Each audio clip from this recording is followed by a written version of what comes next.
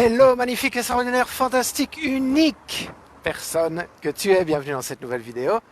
Je me trouve pas loin des marches d'où j'étais ce matin. Là, je suis devant l'école secondaire où j'ai fait une partie de mes études étant adolescent.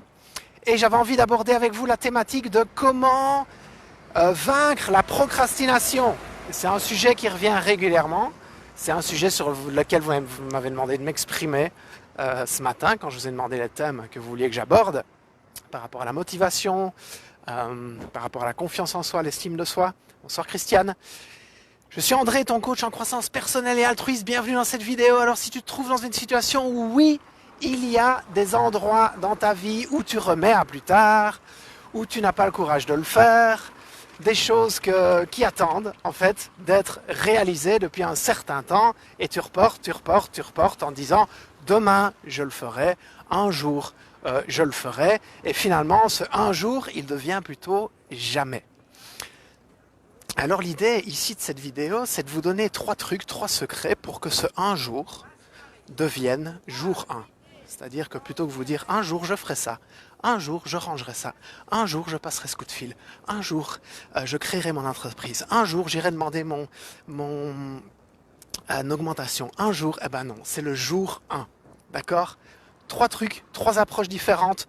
Vous pouvez les faire toutes les 3, vous pouvez choisir une des 3, ou 2, ou comme vous voulez. Mais en tout cas, ce qui compte, c'est que vous appliquiez ce que je vous partage ici.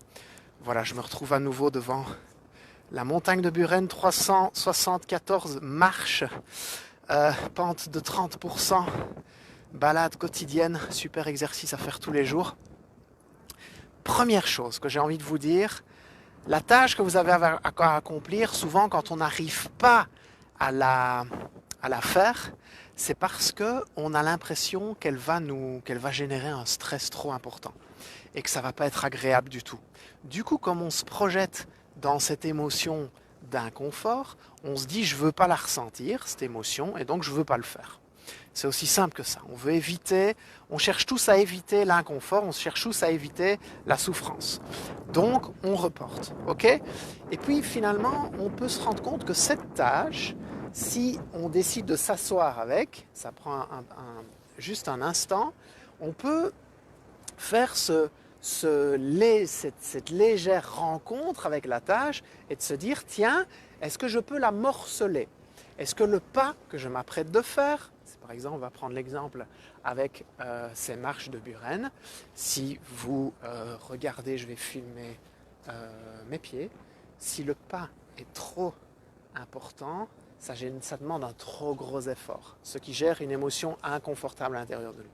Par contre, ce pas, on peut tout simplement faire ça, juste une seule marche. Et vous voyez, si on fait une marche chaque jour, on arrive au sommet. Donc l'idée, c'est que vous vous asseyez avec la tâche que vous devez accomplir et que vous la morceliez. Vous la divisez en mini-tâches. Et vous vous asseyez à table et vous faites juste une mini-tâche. Je vous donne un exemple.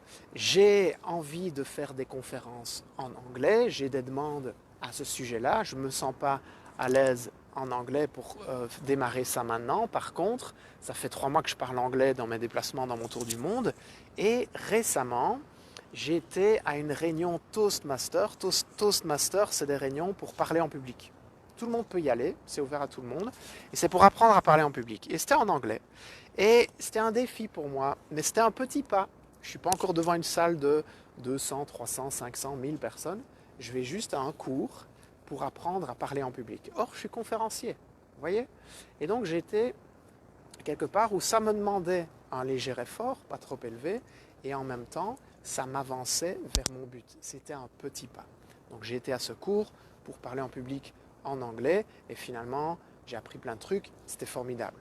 D'accord ? Ce qui génère de l'estime de soi, de la confiance en soi, d'avoir fait même un petit pas. Il n'y a pas besoin de faire un trop grand pas pour gagner en confiance et se sentir bien, pour aller vers son but. Juste un petit pas suffit. Donc, c'est que votre objectif, si vous procrastinez, est trop élevé, la tâche à accomplir vous semble trop inconfortable, donc faites-la beaucoup plus petite.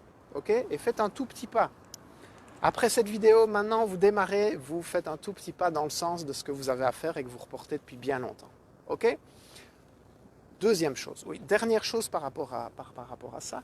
Souvent, quand on réalise ce qu'on avait procrastiné, on se rend compte que ça nous prend beaucoup moins de temps que prévu et que c'était totalement inutile de nous mettre dans ce stress-là parce que la tâche est accomplie beaucoup plus vite que ce qu'on imaginait.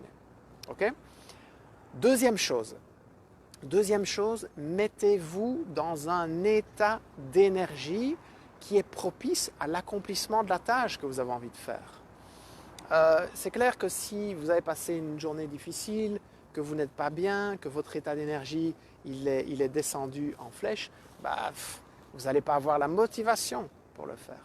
Par contre, si vous êtes super bien, si vous êtes souriant, si vous êtes emballé, si vous êtes joyeux, si vous êtes heureux, si vous êtes dans un super état d'énergie, là, vous allez avoir l'élan de le faire. Okay? Parce que vous êtes en mouvement. Okay? Donc, mettez-vous en mouvement. Comment est-ce qu'on peut se mettre en mouvement? Comment est-ce qu'on peut monter son énergie? C'est extrêmement simple. Il suffit de mettre une musique que vous adorez, de sauter, de danser, de chanter, de crier sur place. Et ça vous met dans un super état d'énergie et ensuite vous profitez de cet état d'énergie pour vous lancer dans cette mini-tâche qu'on a vue au point 1. D'accord? Aussi simple que ça. C'est comme ça qu'on passe à l'action. On peut se mettre dans un état d'énergie qui génère de l'action. Il y a des états d'énergie qui ne nous donnent pas envie de passer à l'action. On n'est pas bien, on a trop mangé, on est fatigué, on est stressé. Tout ça, c'est des états d'énergie qui font que c'est difficile de passer à l'action. Par contre, il y a des états d'énergie dans lesquels on est et qui sont faciles pour passer à l'action. Quand on est heureux, quand on est joyeux, quand on a une bonne nouvelle, quand on est plein d'énergie, tout ça, c'est des contextes dans lesquels on a beaucoup plus facile de passer à l'action. Mais ce contexte-là, vous pouvez le créer en un claquement de doigts. D'accord? Donc, je vous donne l'exemple de sauter sur une musique que vous adorez. C'est une façon de vous mettre dans un état d'énergie pour passer à l'action. OK? Ça marche pour la procrastination. Donc, 1, morceler votre objectif, c'est qu'il est trop élevé. 2, vous mettre dans un état d'énergie pour pouvoir générer cette action-là. Ça devient beaucoup plus simple. Et 3, je vais vous donner un conseil pour ne pas procrastiner. Commencez par une tâche qui vous demande plus d'énergie le matin. Vraiment, c'est un truc que je vous donne, je le fais régulièrement. Quand il y a des choses que j'aime pas réaliser, je les fais le matin. Je démarre par ça. Et comme ça ne me prend pas de l'énergie durant toute la journée. Vous voyez ce que je veux dire? Quand c'est fait, c'est fait.